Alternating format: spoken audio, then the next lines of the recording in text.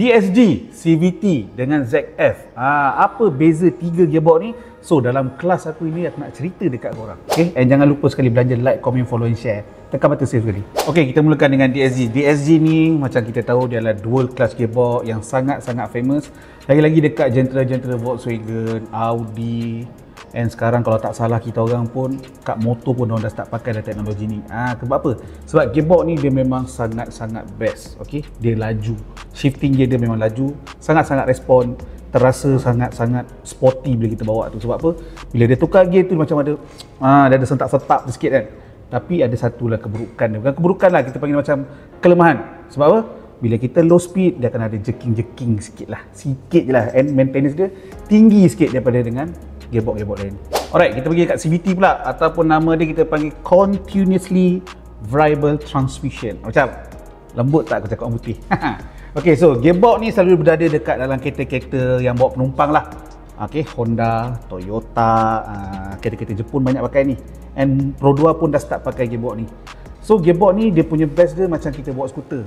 Lembut, santai je macam begitu. Dia tak ada rasa macam tak ada, dia tak ada sentap, tak ada apa, dia memang smooth. Gearbox ni memang smooth sebab tu diorang letak dekat kereta-kereta yang bawa penumpang.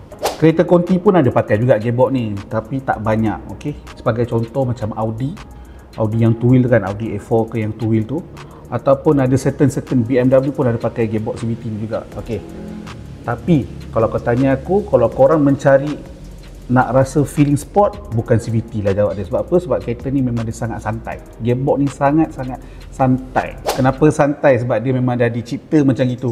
Dia dicipta untuk perjalanan yang smooth dan menjimatkan minyak, ataupun panggil fuel efficiency. Okey, kita pergi dekat gearbox ZF pula. Okey, ZF ni adalah satu brand dia yang buat gearbox, and kalau dekat BMW dia punya gearbox tak salah aku ZF8HP kot dia punya code dia tu. So gearbox ni adalah gearbox auto pakai torque converter, tapi dia punya feeling dia sangat-sangat best. Sebab apa? Memang dia dah dicipta sangat-sangat torquey, lepas tu dia punya smooth, lepas tu dia punya macam kata apa respon.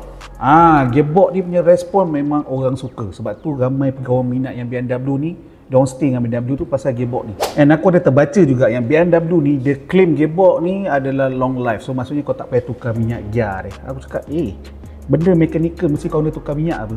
Mana boleh kau suka-suka pakai 20 tahun tak tukar minyak, hancur lah gearbox tu.